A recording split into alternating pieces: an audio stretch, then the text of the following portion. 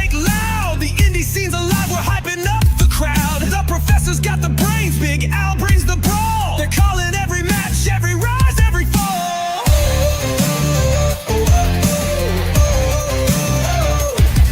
From backroom halls to packed out nights, they shine the light on future fights. From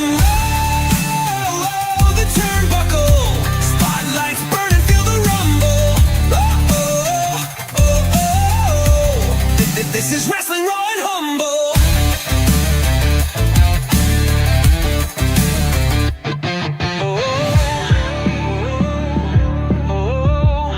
The bell's rung in background.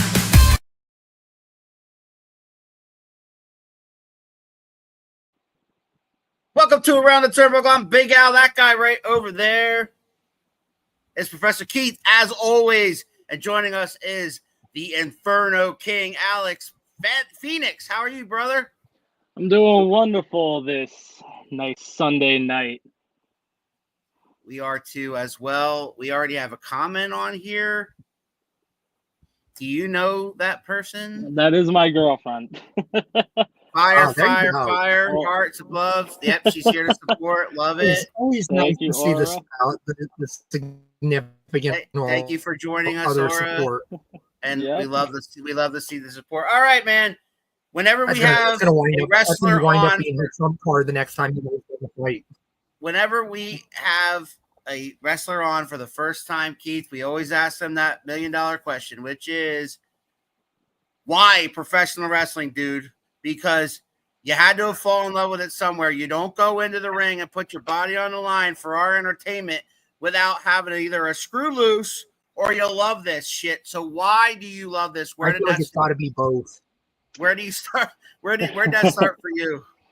Well, it started with my brothers showing me, all the vintage matches in the early, like 90s and Attitude Era, because I grew up in New York in the early 2000s. So they were showing me Shawn Michaels, Hulk Hogan, Triple H, all of them when I was growing up. So, I started watching that, and I don't know if I wanted to be a wrestler, but I was always told I would never be able to do it because my height, my look, all that. So I bounced around different entertainment things, but I mean, wrestling was one thing I kept coming back to, and I just absolutely loved it.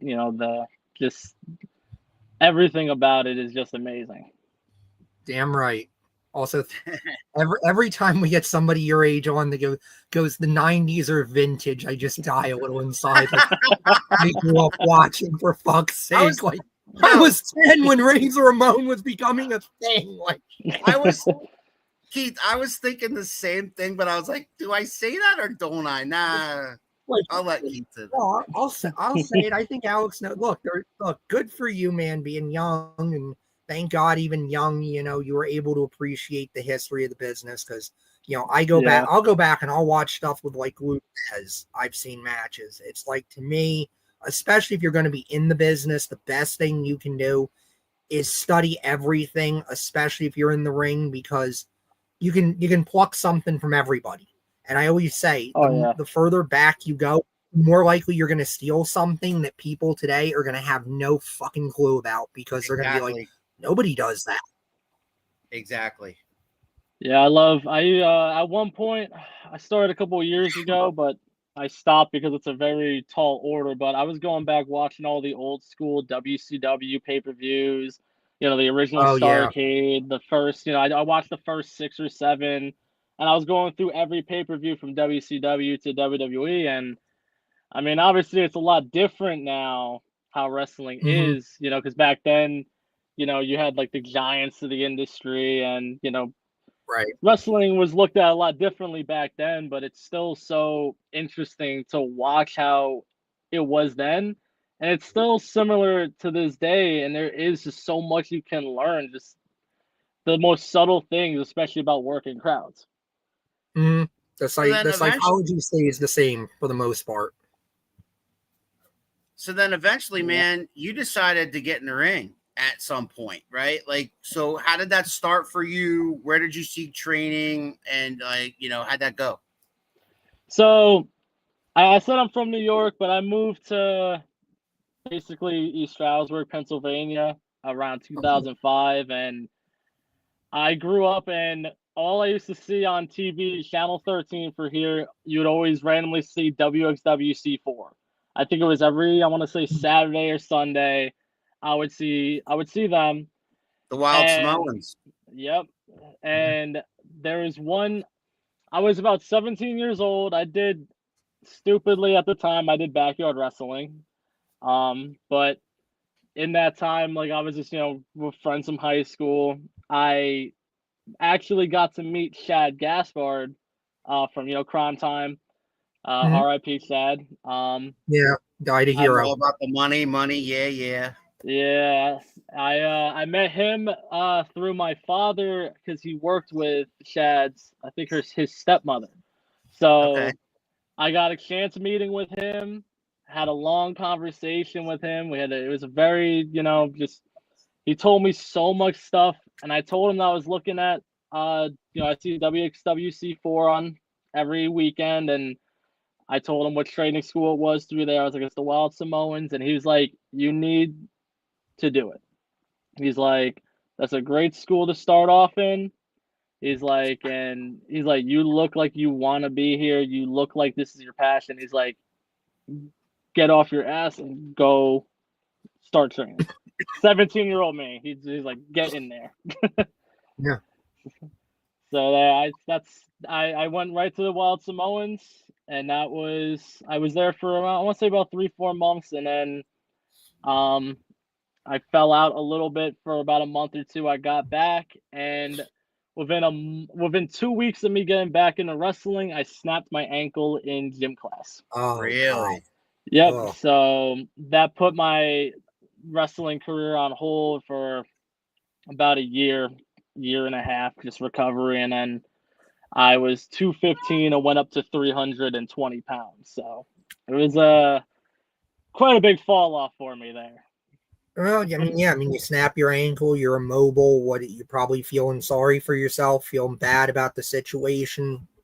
What do? Yeah. You eat, you can't exercise, you can't not take it off. I get it. I've had some struggles with my weight, not as extreme as that, but I certainly feel you. It takes a minute to get that exercise program down, change the diet, figure stuff out. So Yeah.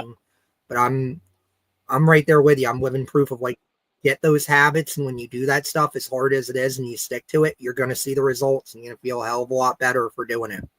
Exactly. I got a question here. Christopher says, welcome to the show. Who is that wrestler that you watched and thought, man, I could do this?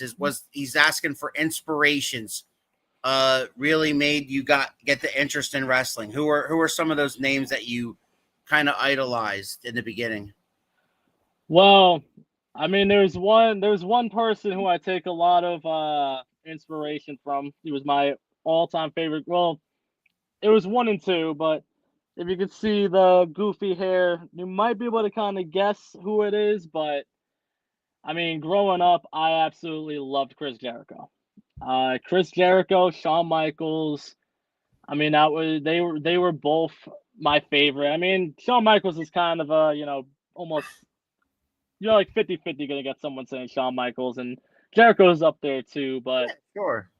I mean, I just absolutely love them. And Jericho, the fact that he could do pretty much anything and reinvent himself constantly, all the time, and always coming up with something new.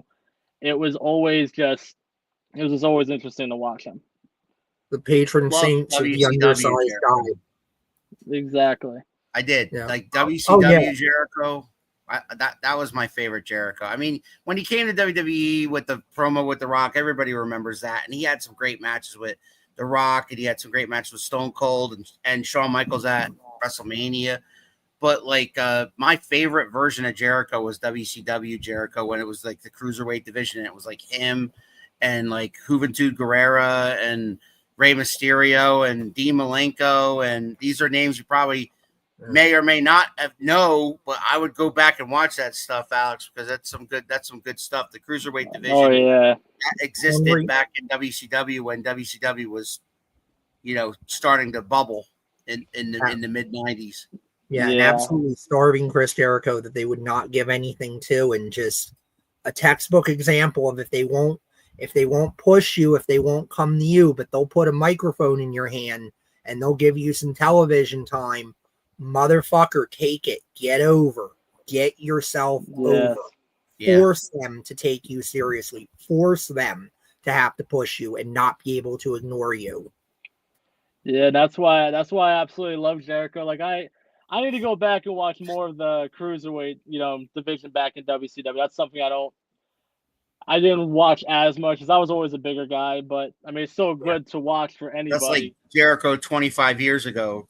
Yeah, I mean, a lot of that became the blueprint for today, because that was where a lot of it was high spots and guys moving faster and all of that stuff. I really believe if you didn't have the cruiserweight division, then you don't have the last 20-25 years of wrestling that you've had. No, definitely not. Because that absolutely is what the Ring of Honor guys that became the bedrock of the indies now, that's what those guys were watching. That's what those guys got into the business saying, I want to do that. I want to do that speed. I want to do that style.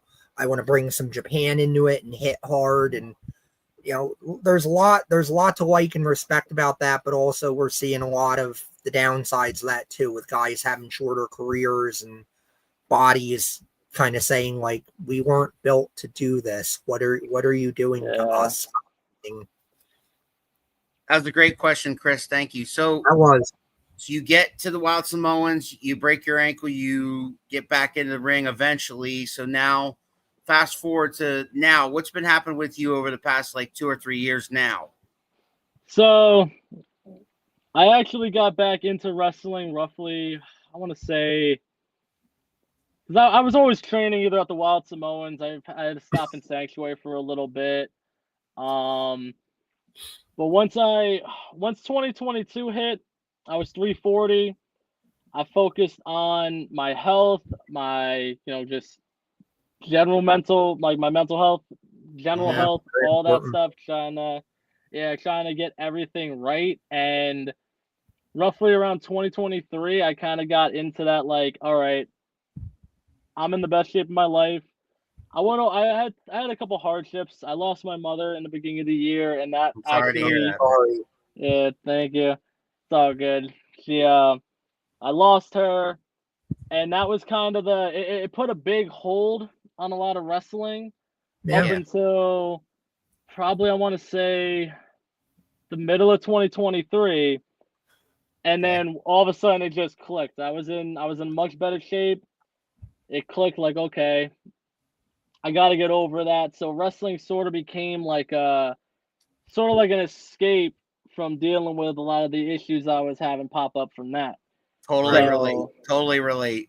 Yeah. So, I mean, wrestling is great for, you just jumping into a world of, even though it's all happening in our world and it's, it's, I don't like saying it's fake. It's scripted. I don't like saying it's fake. But you're right, though. It's another world that you can, for every weekend or however that looks like, even if most guys wrestle once a weekend at the, at the minimum or maximum. I know a lot of guys, there's guys out there that we've talked to that we've had on this show that wrestle Friday, Saturday, and Sunday every damn week. But most of you wrestle once a week or once a month, whatever that looks like. But when you go and you perform and you're in that environment with the boys in the back, with the crowd, when you're out there, it's another world. And you don't think about the stresses of real life. Like you said, it's a different world. And that's what brings us all together. I think everybody in this room shares one thing, man. We have a passion for this business, whatever that looks like. You know what I'm saying? Yeah. I'm in a lot of ways living the hardest year of my life right now, and thank God I can go down. I've got 2 promotions. I'm blessed. Book me. Think I'm good at being a play-by-play announcer, and to have that 2 to 3 hours every day. I don't know how many times I got to tell you that. I'm just saying, I'm only as good as anybody else thinks I am, and to have the compliments from the audience, to have the trust of the boys in the back and the girls in the back, everything else, and to have that 3 hours, like you say, to just go, be in a different world, be able to have that escape is so precious and so good for my mental health. Anybody that's watching this show right now, if you come to 3WA, you come to SWO, I'm telling you, you do so much for us just by booing, cheering, and doing what you do. You are saving lives and you don't even realize it. Can you talk a little bit about your training program and how you got into the best shape of your life, the shape you are now? Christopher wants to know. Christopher's the physical guru down there, man. You know, he looks a little bit like Goldberg. His wife put a picture on Facebook with Goldberg here and Chris here on Facebook, and it was eerie, the similarities there. So yeah. So yeah, Okay. how'd you get in this great shape, man? Well, so actually, my friends here can't really see the logo, but it's a gym called Stroud CrossFit up here. I'm really good friends with the owners. My brother actually, he lives up in Connecticut. He does CrossFit. Told me, look, it's very good.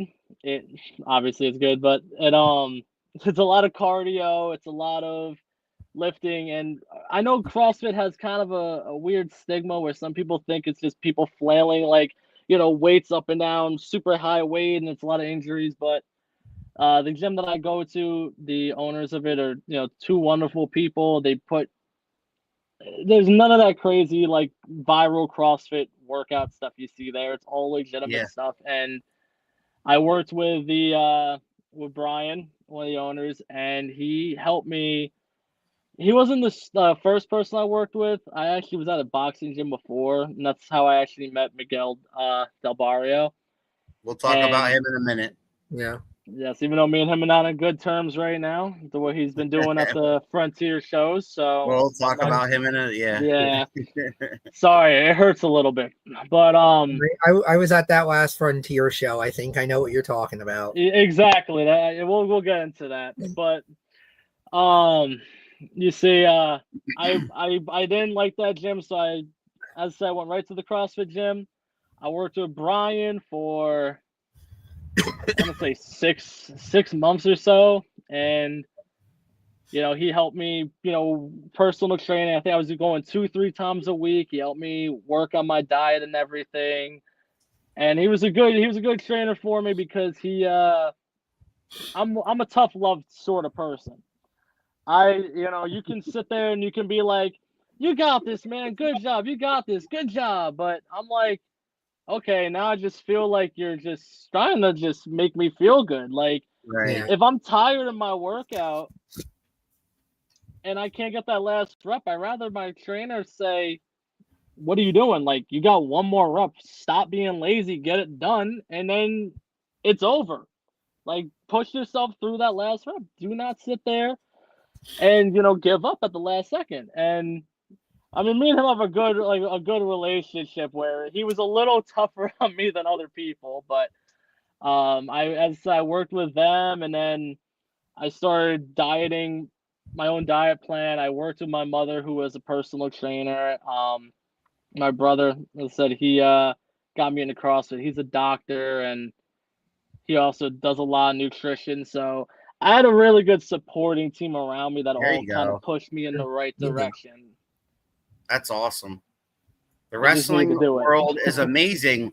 The passion is there, and we get into that zone. We make it look so good. That is a fellow professional wrestler there. That is Thundercat Greg from Alabama. Yes, he was talking about when we were talking about the passion of professional wrestling. By the way, he is our guest on Around the Turnbuckle next week, Professor. Yes, that's gonna be fun. Absolutely. Always fun when Greg shows up. One of those guys that just found us on the internet and for some reason liked us enough to stick around the show and even let us lure him up to Pennsylvania, New Jersey. He did come up here. Yeah. Awesome. So Alex, you get back in the game.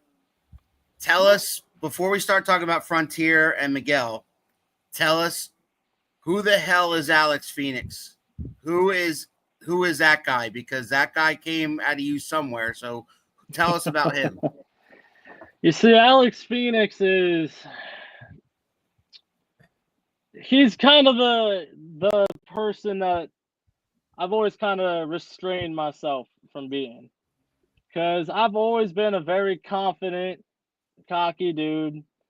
When I first started, when I first started getting into professional wrestling, a lot of it started like coming naturally for me very easily. And at 17 years old, and I was living, a dream that, starting off into a dream that I never thought was going to be a reality. And I just got really overzealous at times, and that's kind of what led to my injury back then, because I just pushed myself a little too hard, especially as a kid. But Alex Phoenix has always just been a very, I'm very motivated. I know what I want, and I've wasted so many years with all the side drama and issues that I had in my life. And now that I'm finally here living the dream that I've wanted for as long as I can remember, I'm here to make my mark, and I'm here to cement my name. And, even though it's ironic I work at Frontier, I want to trailblaze for the kid. Like, even though I know I'm not, a lot of people don't like me because they don't like my attitude and, how cocky I am, but I want to be the guy that shows you that everyone that said that you couldn't do this as a kid because you were too small, didn't have enough money, didn't look great, all the people that say that to you in the past, I want to show people that it doesn't matter the stigma that people put on you, that you can still go out there and make yourself whatever you want, regardless of what anyone says. You want to prove the naysayers wrong. Exactly. And I still laugh because I still have people from high school that'll reach out to me. And someone, this person wasn't mean to me back in high school, but I had someone just reach out to me, and they're like, dude, I see that you're finally doing all the stuff that you said you were going to do years ago, and I'm so happy to see that. And stuff like that, it makes me feel good, because it's like, growing up, I was always told this was never going to happen. Yeah. So that's pretty much where Alex Phoenix is. He's just, I was that tiny, upset, kid who just didn't know what was going on. And I've been through a lot of stuff in my life, and I've overcome all the troubles, adversity. I'm here, and I've proved everyone wrong. And you know what? I'm not the person I was when I first started.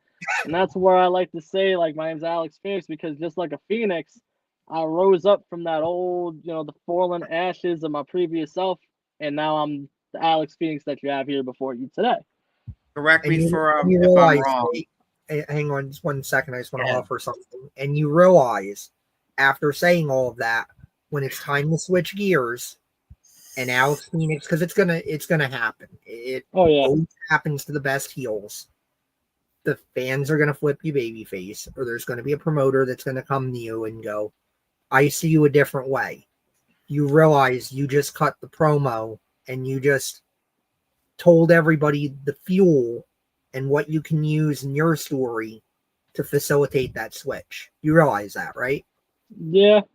Yeah, that's where it is. I always say I'm misunderstood.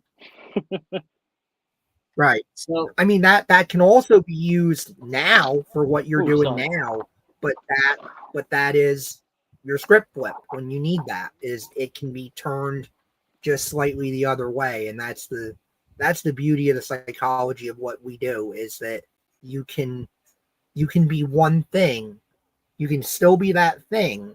You just change a part or two, a cog or two in the machine, and all of a sudden you're playing a different role.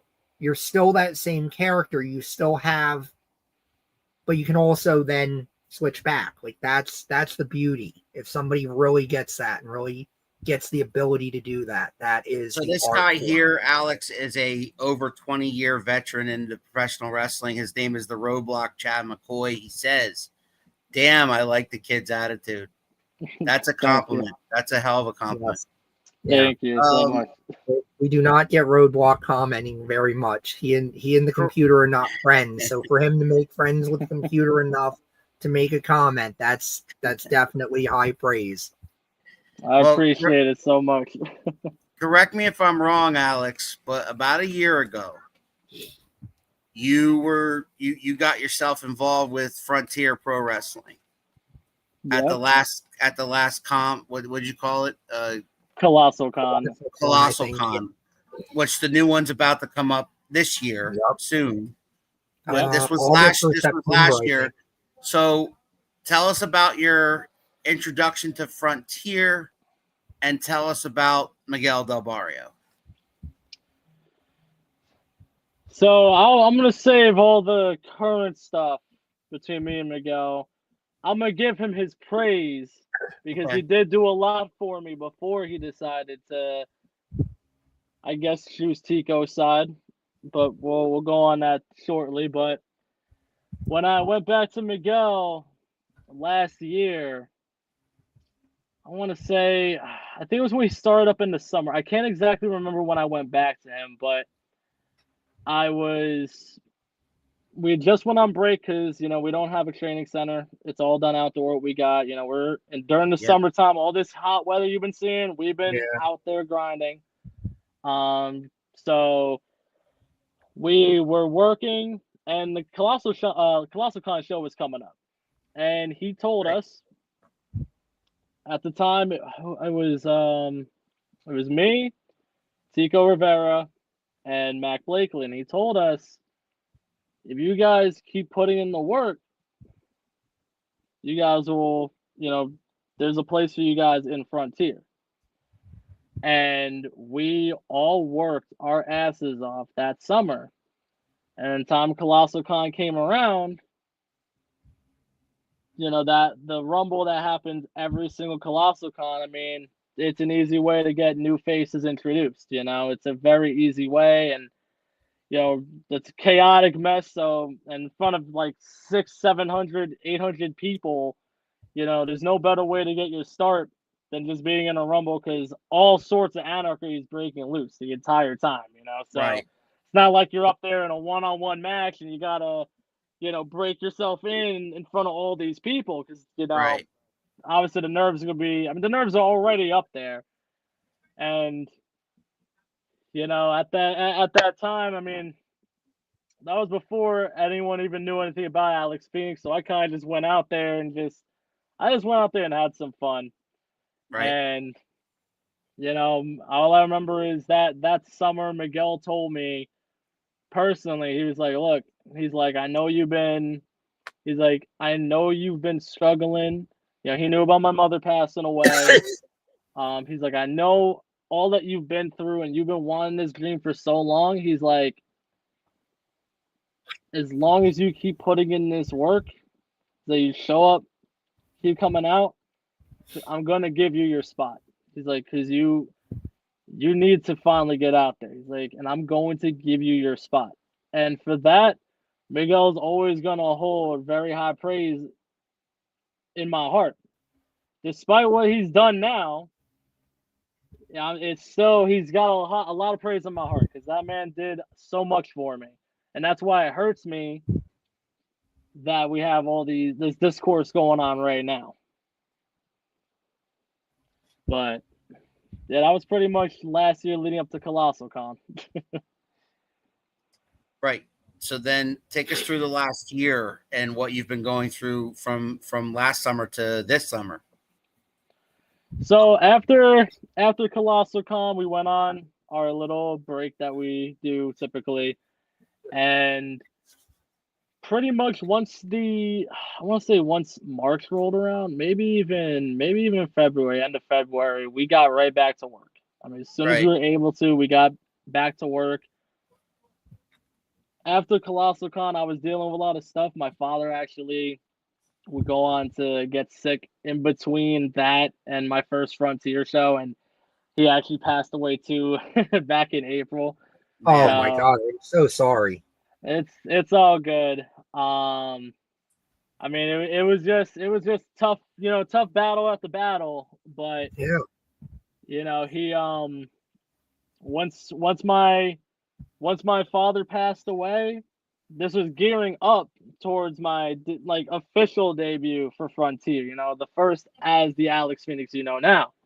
Right. So It was a little rough because we were he passed away kind of suddenly. It was kind of like oh, something's wrong. Like, she went to the hospital, and then after basically 3-4 months in a nursing home, we were getting ready to move him to Connecticut with my other brother or my middle brother, the doctor, and all of a sudden one day he's like, I can't breathe. Doctors checked, everything was fine, and then boom, next day he was gone. Wow. So that led into my first Frontier show, and I mean, the first person who called me at that time was Miguel. So, for anyone that's watching, I'm always going to sing the praises for Miguel Del Barrio. Despite what me and him got going on right now, that man did do a lot for me. And I don't, even though I know there's a lot of stuff that goes on in the wrestling scene up here, but Miguel's always done right by me, except for the recent stuff. But on that note, I went to training that day. I think the day my father passed, I went to training that day, and I told him I'm still doing this show no matter what. He said, we don't, whatever you want to do, you can back out right now. But I said no, because at the end of the day, unfortunately, my father didn't get to see the Alex Phoenix I am now, but he was at least there for Colossal Con, so he got to be there. At least one of my parents got to be there for one of my matches. Right. But I'm like, there's no way I could sit at home on that day and think that him or my mother would be happy that I didn't go. They would say, I could just imagine both of them tell me, like, get off your ass and go to that show. Do not sit here and ruin your opportunity because we passed away. That's your life. Go and do it. That's what I would tell my kids. That's Go awesome, seize man. your opportunity. If I'm You have gone, you enough- can't fix that. But Yeah, You have enough motivation, man. But like all that combined, man. Talk about the perfect name for a wrestler, the Inferno King. I mean, seriously, Yep. like you have this fire lit under you now, and your motivation is, man, you're gonna make everybody that supported you up to this point, including your parents, proud.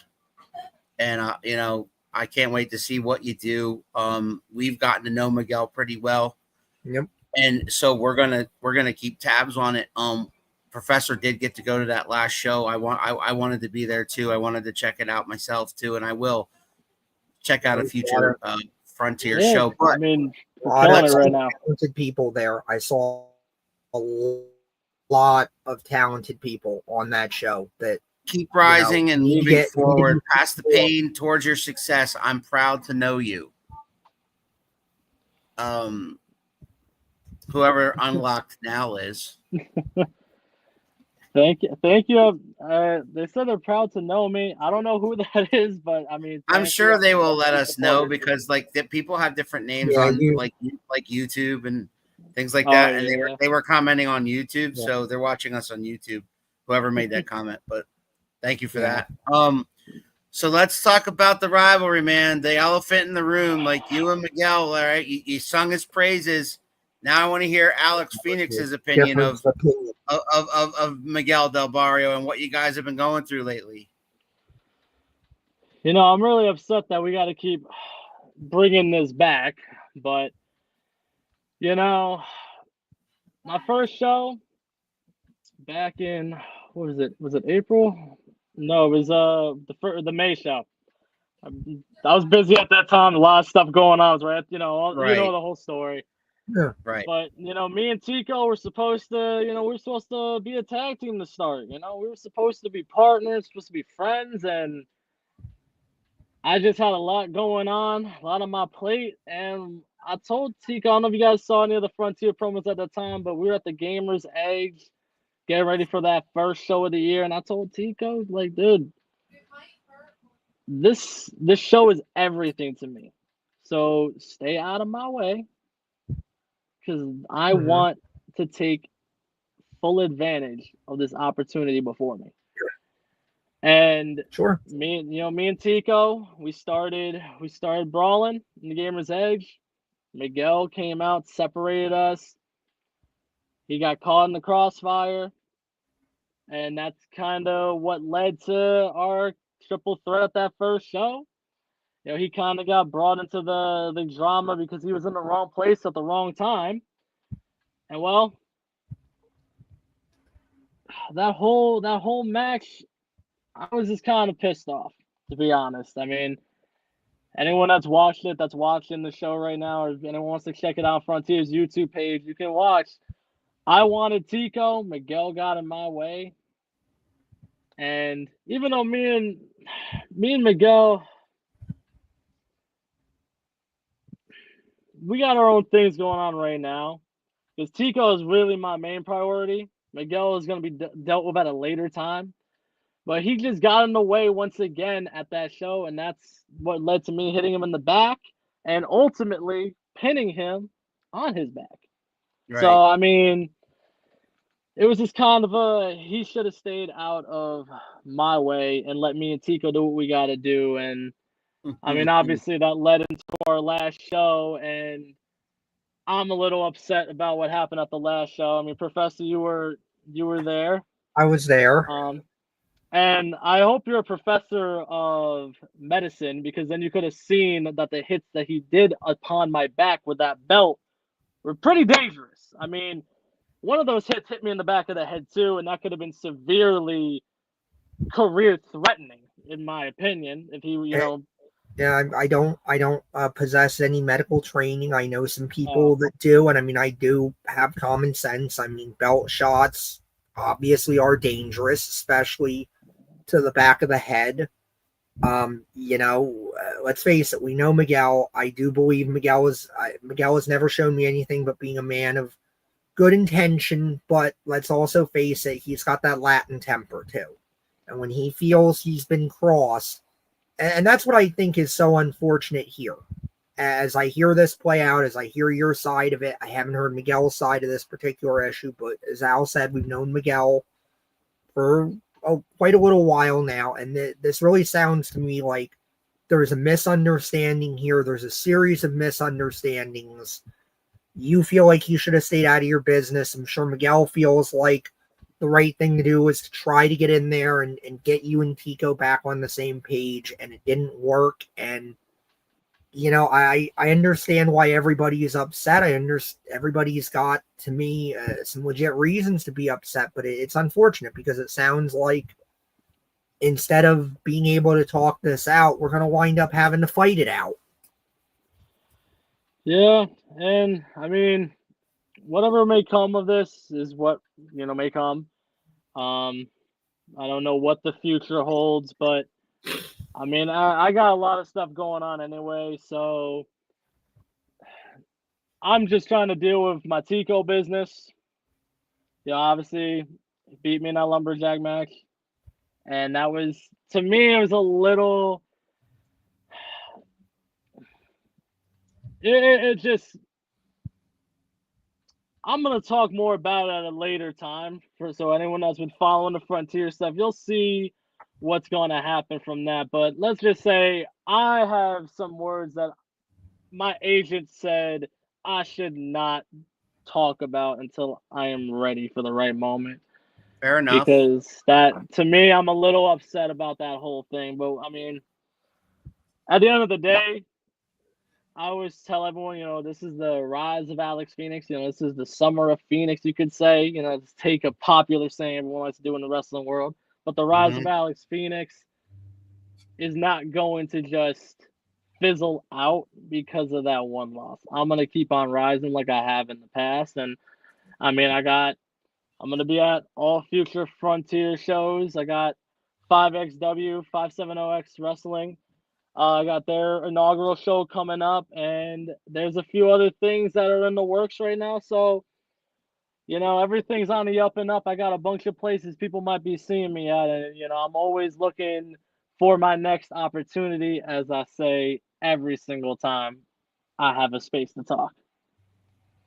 Fair enough. I love it. Oh, man. So tell me a little bit about, you talked earlier about your influences being guys like Chris Jericho and Shawn Michaels. Talk about your style for those who have never seen Alex Phoenix wrestle before and might watch this. Talk about like how you conduct yourself in the ring? Like, what kind of styles do you like take from a little bit there? And how does Alex FENIX put a guy away? Well, my style is kind of more of like a brawling, like brute type of style. But I am trained by Miguel Del Barrio, so I Yeah. do have a little bit of that lucha style. And honestly, my first two matches, you haven't seen all of what Alex FENIX can do because I'm waiting to bust everything out on the big stage. Mm-mm. Colossal Con, you're gonna see a new Alex FENIX. That's when everything is gonna be coming out. And that's And September, right? September 6th, I believe it's the first Saturday. It's a great event. I mean, you gotta get into the con, which is the only downside because you're paying for the con, not the show. But Right. when I say it's worth every single dollar, last year was one of the most fun experiences I've ever had. From the creative entrance that you could do before the show to the promo battles, which I kind of embarrassed myself on. I was not as good at speaking at that time. I was a little nervous being in front of 700 people. Well, at that So time. now this time, you got one under your belt now. This time you go. And is that at Kalahari? We were talking about this last week. Yeah. Yeah, it's at Kalahari. Yeah. It's a 4-day event, but we normally just go to Saturday. I might go there a few more days because it was one of the most fun experiences last year. Just going through, you see all the people in their cool outfits, and they got food stands all over the place. They got events everywhere. It is an awesome experience. Yeah, So it's a huge anime and anime related convention, right? The wrestling is just part of it, just one day, but there's a whole weekend you can make out of it. oh yeah, I mean, a lot of people will book they'll book rooms to stay the whole weekend. Which, Yeah, man, they got an indoor water park at Kalahari too. I know. Yeah, I mean it's extremely massive. I worked there back when I was like 18. I worked there for like 2 days. Yeah, I worked there for 2 days, but I went to college right after, so I was not there long. Yeah, wasn't a good fit. That happens sometimes. Absolutely. Yeah. So where do you see the Inferno King Alex FENIX in 5 years? You see, I don't really like to kind of put where I'm going to be because I've learned that life is never how you planned it. Because you would have asked 17-year-old me, if you asked 17-year-old me, I'm in WWE by now. I'm in AEW by now. Right. I mean, so many people I've trained with over the years, I've seen either make it further, like in WWE, or they've been all over the place. And I don't ever want to say that because that was something that haunted me for years, was where am I going to be in 5 years? And I was like, oh, I should be here. And every time I see someone on the bigger stage, I'm like, what if I would have stayed doing what I was doing? Because look at where someone who is in my boots is. Sure. And I don't hold any resentment towards that at all. I'm glad. I love seeing everybody. I trained with Ace Austin, so it's so awesome to see him. Where he's been going and where he's going to go next. Sure. And there's a few other people I've seen. Lance Anoa'i was on WWE a couple years back, and Alexa Lopez was at the same school. So it's. I never want to say where I'm going to be, but I would hope that in 5 years, wrestling is still going well for me, and I'm still able to be a part of this wonderful family that took me in. Yeah, that's the best answer right there. Yeah, like that's where I am with it too. I have 5 years. I'd love to be doing more, but if I'm doing exactly what I'm doing now, it's been a damn good 5 years. Then it's been fun. Exactly. Really.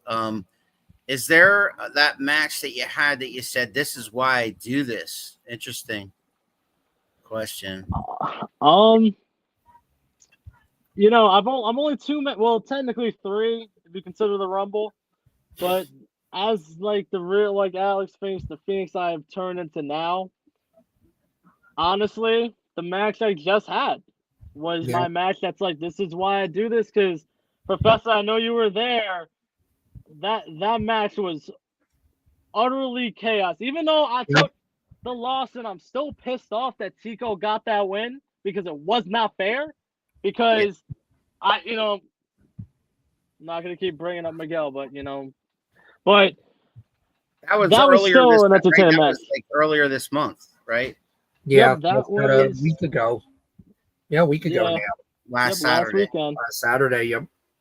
So that match, that match was the first match I came out and I felt like it wasn't like this is my first time coming out. That was I'm coming back out home. Like that was the first match where I felt comfortable coming out. And I know it was a crazy match. All hell broke loose from the moment the bell rang, and it was just the most fun I've had, even though the outcome did not go exactly how I wanted it. And you talked about Colossal Con in September. What else do you got coming up in the near future? Where can people see you wrestle? So the 5XW show that's coming up is August 9th.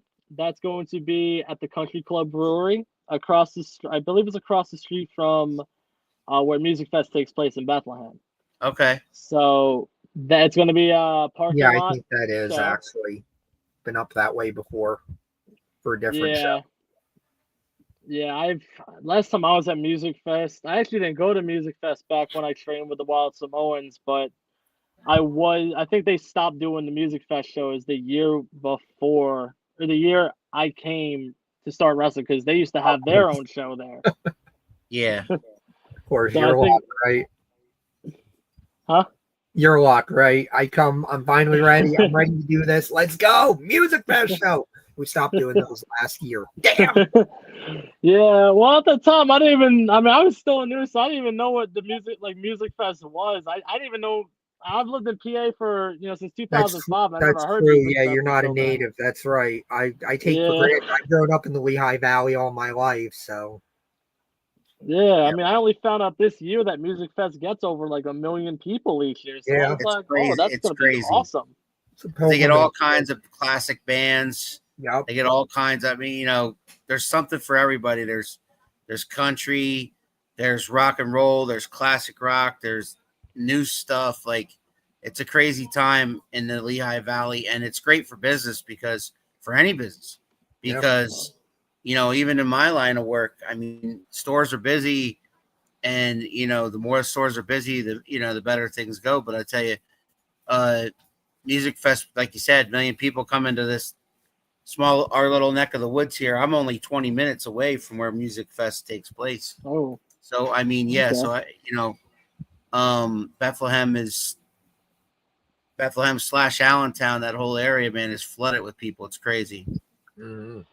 Yeah, I can't wait to see. I'm super excited for that show. It's the first, it's my first non-Frontier show too. So, and the whole show is about showcasing up and coming talent. Getting the people out there that, they're just starting their careers, and giving us that platform to go out there and show the world what we're capable of. And I'm excited for that, because I've heard all about Music Fest, just this year, looking into it, and it looks like a crazy fun time. So, and Alex FENIX I get told I give off like a rock star type look, so I think I'm gonna fit perfectly right in that whole crowd of people.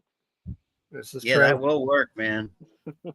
Is there any, whether it be in Frontier or some other feds maybe, that you have not worked with yet that you would really love to take on in the near future? Oh, you said it broke out. You said any other like opponents I'm looking at? I'm not saying like a dream opponent, and I'm saying more like guys that are either in Frontier or some other feds that you might be like affiliated with, that you are looking forward to take on in the ring. That will happen one day, but guys that you've had your eye on, I should say. There's a bunch of people that I've kind of just sat there and like I would love to go up against them. Whether I've trained with them, came across them in passing, or there's so many people. In Frontier, all I have to say is I want a big opportunity, so I'm always gonna look for the top of Frontier. I'm Right. always looking at going after who's sitting at the top. So Right. that should answer my question. There is I want to have gold around my waist. I've waited too long, so eventually, when I finish up whatever I got going on now, I got a few loose ends I gotta tie up here in Frontier, but I'm not here to just be a sideline bench player. Alex Phoenix is the star of the show, and Wow. when you rise up, eventually you hit the top. So I can't say that I'm Alex Phoenix. Welcome to the rise of Alex Phoenix, and I'm not gunning to be at the top. But other companies. I mean, there's a few dream matches, I guess you could say, that I've had. I want to have a match with, let's see.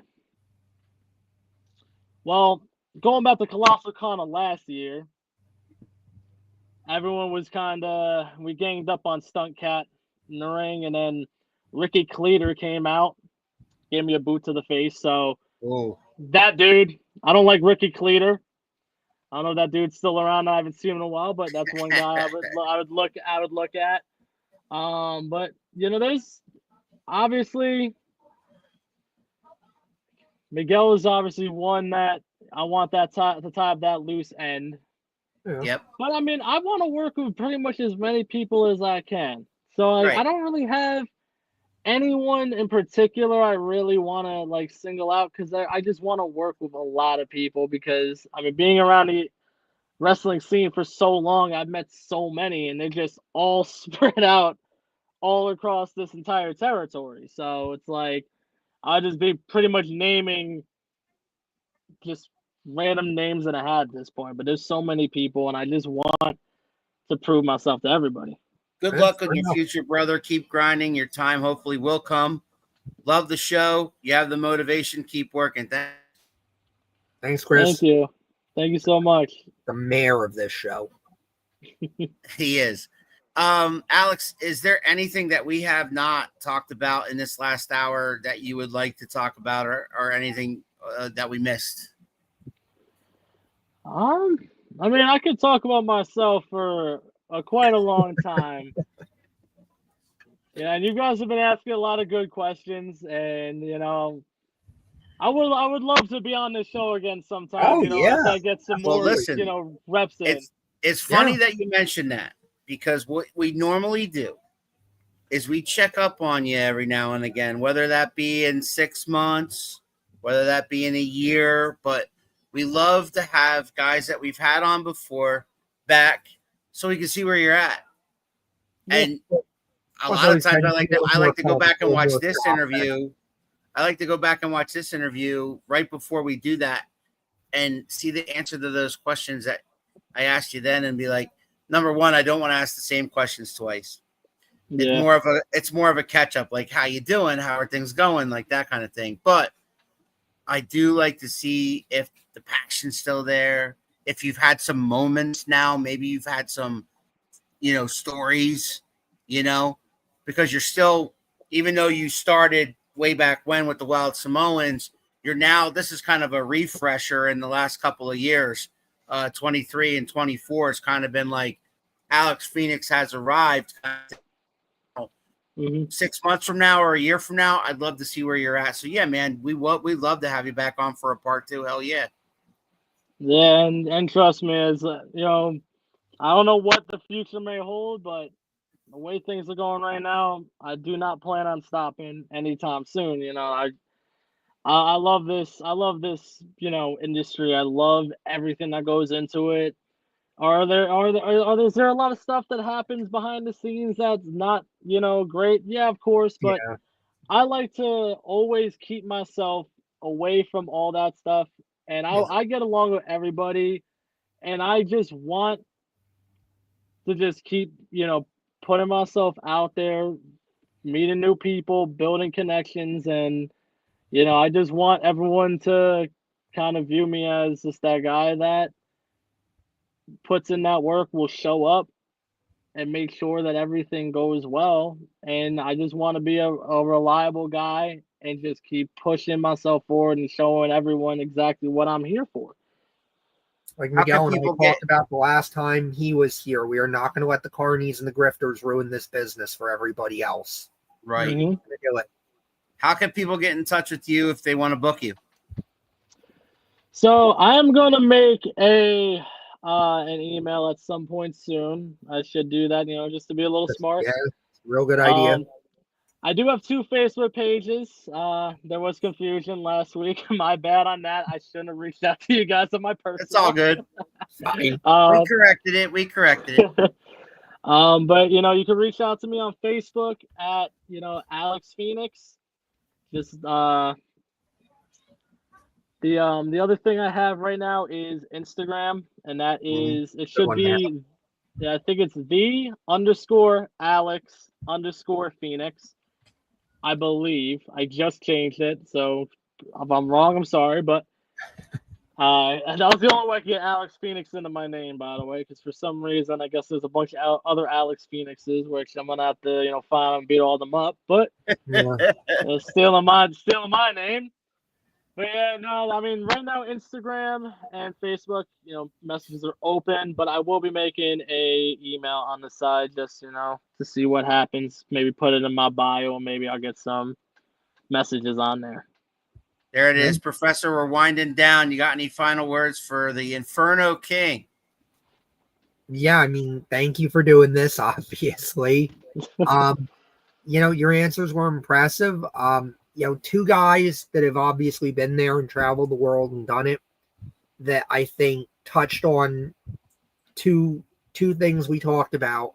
I had listened to, it was a guest booker because Sean Oliver's been putting all the kayfabe commentaries up for free on YouTube, and I definitely recommend people use that as a resource if you're in the business or you're curious about the business or any of that. There's a lot of great material that they're just giving away now. And Al Snow talked about the real versus fake debate and said the only thing that's fake in our business is the finish, the outcome. That's the only thing that's fake. That's the only thing that's predetermined. Everything else, it's contact. It's physicality. It fucking hurts.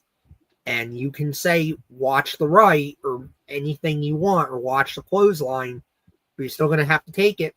You're still going to make contact. Yep. It's still going to fucking hurt. So, I'm not in the ring, but I get pissed off too if somebody comes around and tries to snark and say, oh, it's all fake. Oh, nobody gets hurt. I've seen people get hurt. I've seen my friends get hurt. I've donated to I've donated to their GoFundMe's when they get hurt because they don't get anything from their job to be getting hurt in wrestling. You can't file a workman's comp on that. Right. Nope, Rely on yourself and rely on the generosity of others. So I get very offended when I hear the word fake because the only thing that's fake is the outcome. That's it. And the second thing was Kevin Nash talked about on his podcast a couple weeks ago and said, if you go on a wrestling podcast and somebody asks you about dream opponents or who you want to work with or whatever, and you're not talking about people in the promotion that you're working for, you're a dummy because the whole point of the business is to draw money. And how are you going to draw money saying trying to work a dead guy or trying to work a guy in a fed that you're nowhere near? Right. We talking about the guy you're working with now or a guy that you have a realistic chance. And that was his answer. Because that's how you're going to make money. So, and you know what? Boom, you passed that test because you immediately went to guys I'm working, guys I can work. Yep. Awesome, man. Alex, do not go away when we go off the air. Okay. Professor, next week on Around the Turnbuckle, you and I are doing some commentary. We are. We're going to be doing double duty because we were at SWO the night before. We're going to do a full show there, and then we're going to do a match with Thundercats. So SWO, we've got a big show this Saturday at SWO. Finally, we've got the Prophets of Sin on the run. We need to keep pressing that advantage. We have a brand new uprising champion, and his name is Greg Excellent. So, yeah, if you're in the Seven Valleys area or York, Pennsylvania, Lancaster area, check out SWO. Check out their Facebook page for updates on those matches that are coming up this Saturday. The professor and I will have the call. And if you had never been to an SWO show, I strongly urge you to show up and enjoy yourselves there. Meanwhile, next week here on Around the Turnbuckle, we're going to have Thundercat Greg Cable from Alabama, man. And if you've never seen a Greg Cable match, tune in next week and you will see one with commentary. I can't wait to do that. We did that once before a couple years back.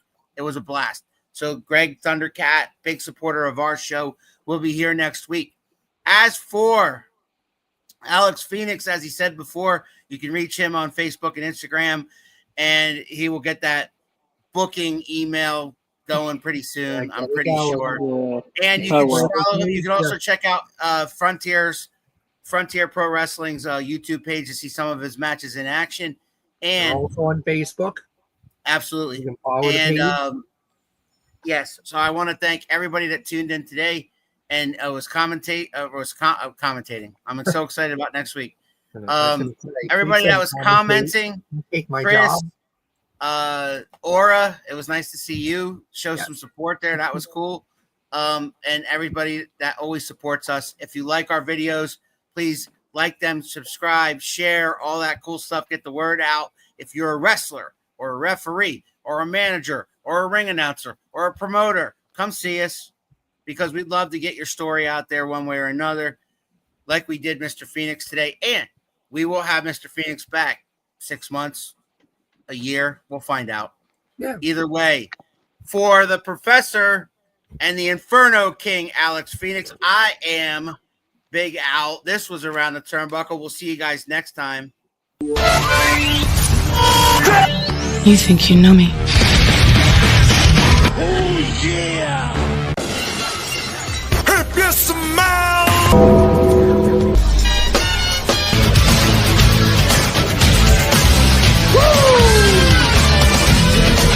Calculations are correct. When this baby hits